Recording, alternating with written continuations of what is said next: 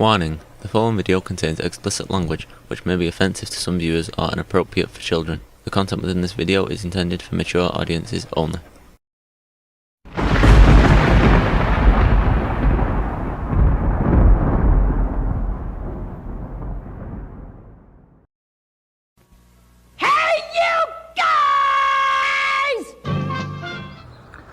Hello and welcome to this video. I hope everyone's doing alright. I hope everyone's having fun, and I hope the universe is treating you fairly. The main purpose of this video is I got the mic for the Akaso my 7000. I thought this would be universal with the Brave 4 that I picked up, but it's not. Evidently, manufacturer to manufacturer of this particular brand, the Akaso, is evidently they have some leeway. Some of them have, this has the mini USB plug, where the Brave 4 that I have has the Type C plug. So that's, yeah, and from the research I did on it, some of the Brave 4s, 5s, 6, 7s, I believe they're up to 7, depending on what factory they were manufactured in, I should say, what components they had that day. So yeah, there's consistency is not something that as far as the physical plugins and stuff, because I can take the Brave 4 and plug it into my same charging cable that I have for my cell phone and charge the battery, where I can't with this. I have to take the battery out, physically take it out, physically put it into a charger to charge. So yeah, but this was old tech when I got it in 2020. I got it during the dark days of 2020. So it was old tech then, and it's even older tech now. So, but it still works. Still produces a great film. It gets a little bit of wonky because this records at 1080p at 30 frames a second. Then inside the internal workings of the camera, it upscales it to 4K. So it's not a true 4K like the GoPro or the Brave 4 that I got. So it gets a little wonky when I upload, or when I render. When I do this video, when I run it through DaVinci Resolve, I've got to bring a lot of my settings down. When I render this, I have to render this at 4K at 30 frames, or it looks like a train wreck. I prefer the 60 frame per second frame rate, just because it gives me a little bit of room when I edit. If I want to pause, or if I want to put a graphic in or something like that, that 60 frames a second, believe it or not, on something as trivial as just putting graphics in or have a video running next to me. Matter of fact, the Tuesday video, this is probably the September 16th. This is going to probably go live September 19th or 20th, right in there. it's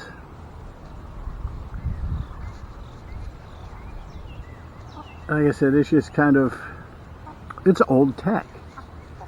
But fortunately, DaVinci Resolve is a good enough program that it takes in consideration old tech when you're rendering stuff. So yeah, like I was saying before I interrupted, before my train of thought jumped tracks on me, the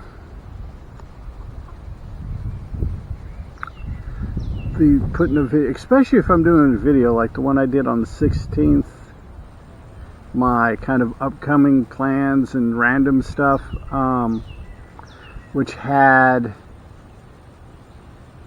the video. I don't know why I'm doing this. I don't know. The video of me mowing while I'm talking. That is just so, do stuff like that is just so much easier, and renders on my computer is so much faster when everything is at 60 frames a second versus everything being at 30 frames, or one thing being at 60 and the other thing being at 30. Yeah, it just, like I said, DaVinci Resolve within the program itself has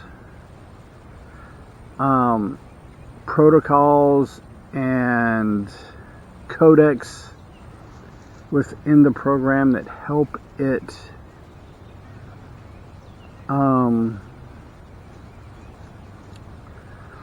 deal with stuff like that, deal with old tech. It's interesting. See what else. Still working on the Dune videos. Next Tuesday should be one of those. So, let's see. Yeah, this video should be going live the 20th of September. Which is funny.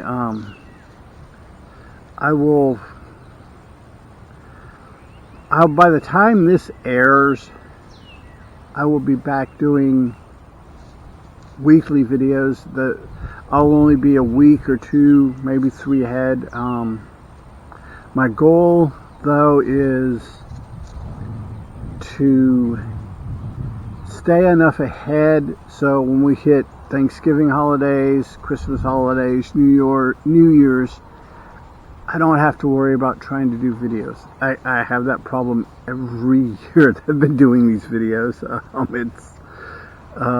It's just one of those things. I wait to the last moment, I panic and go. So it is just one of those things. So yeah, by the time this airs, my wife should be back teaching again.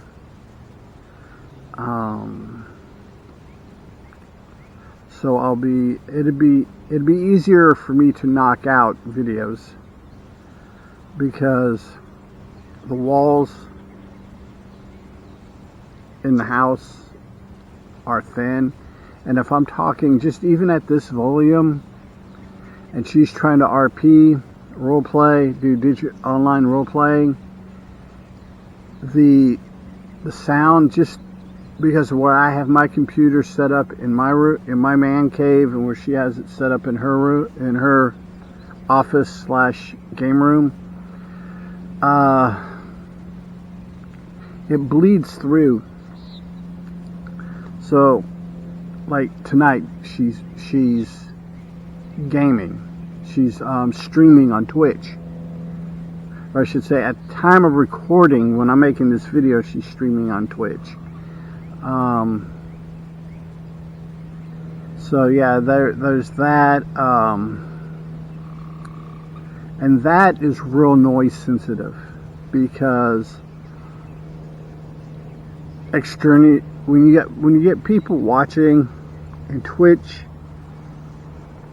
basically does its ad revenue based on the number of people watching, as it does. I've watched her stream, and every so often, every about 10-15 minutes, you get like 2-3 commercials, and the ad revenue from that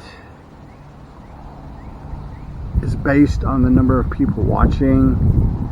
And if you got a bunch of extraneous noises going on when she's RPing, when she's streaming her RPing,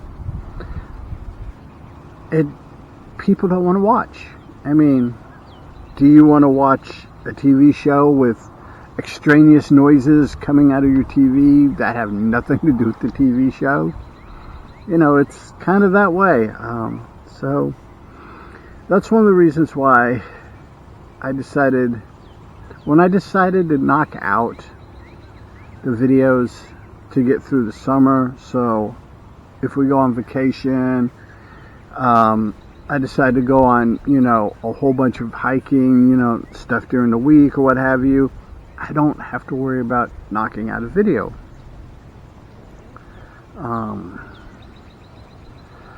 So yeah, and I like being outside, though.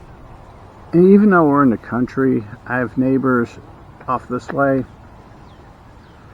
I got neighbors this way. We're probably a good 100 yards from house to house, so unless they're outside, they probably don't hear me talking. If they do hear me talking, they may not be able to make out the words, just hear the noise. Though sometimes I have a feeling they hear me really good when they yell at the chickens. Which, by the way, I hope you people are enjoying the post-credit chicken videos.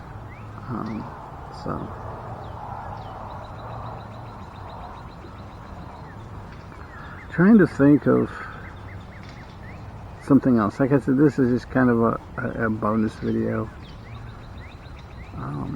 It's along the same lines as my upcoming projects video, so I don't know if I'll put graphics. I don't know. I have to see, because this mic has a far shorter cord than my GoPro mic, and we'll see how much room I have around here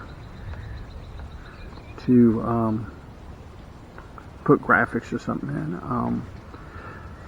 I will probably be doing a Andor Season 2, or it's the way I like to think about it, is the Andor 3 movies disguised as a Season 2. I was waiting for all 12 episodes to come out, just simply because the first 3 episodes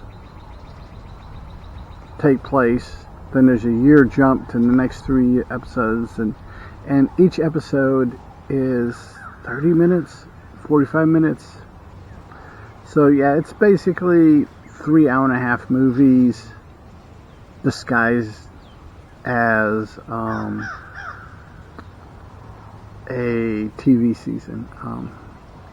It takes place, it ends right at the beginning of the movie Star Wars Rogue One. I think it's a Star Wars Story Rogue One. I don't know, or it may just be Star Wars Rogue One. I don't know. I don't remember. And the thing is, I have it on Blu-ray. I will probably watch. I'll probably watch that tomorrow. Right here, coming up real soon. So, yeah, if you understand, if you're a Star Wars fan and you know when the last 3 episodes of Andor premiered, you can pretty well date within a day or two when this video was recorded. So there's that. And if you figure it out, put it down in the comments. So yeah, there's that. I'm watching the chickens. I have a designated area where I throw scratch and birdseed and stuff for them.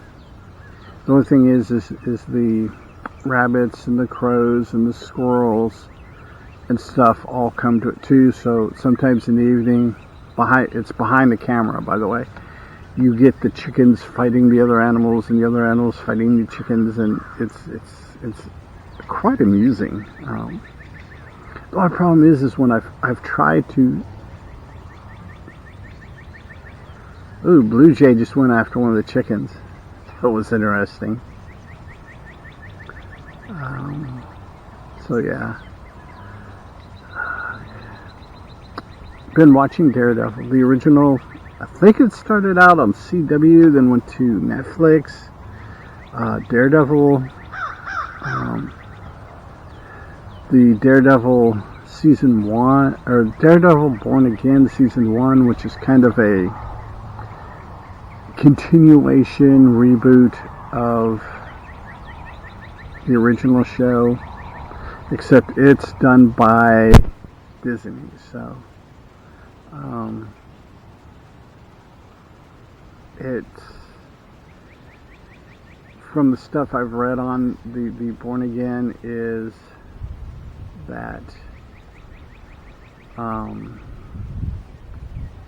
it's retreading a lot of the same territory that the original series did in season 1. So we may or may, that I will probably watch it just because of the whole completist thing that I have. I don't know if it's an OCD thing or something, but see, yeah, I'll probably be doing a video, maybe a series of videos on that. Break it down by season. I like the fact so far is they have Elektra Assassin, which is she's a Frank Miller creation. He created her in the late 70s, early 80s. And the interesting thing is the way the comic book world works. If a writer creates a character, and that character is specifically used in other comics, TV shows, movies, what have you, the creator gets a paycheck. I don't know how much of a paycheck. I just know they get one. I don't know if it's a descending residual thing, or if it's a fixed rate, or if it's based on the amount that the character is used. But I just know, because I saw an interview with, I think it was Tom King, who's one of the big writers over at DC Comics right now, saying something about every time, just the way streaming is paid for, the way it's billed and stuff like that, every time somebody watches a comic book show, and say like Elektra Assassin, every time an individual person watches that show is streamed to a household, Frank Miller gets a paycheck. And that's kind of crazy, but you know, it is what it is. Like I said, I think it was Tom King. In fact, I'm pretty sure it was on the Comic Pop. Comic Pop does like Comic Pop Returns and a couple other different things where they do interviews. They talk to people in the comic book world, which is really cool. So there's that.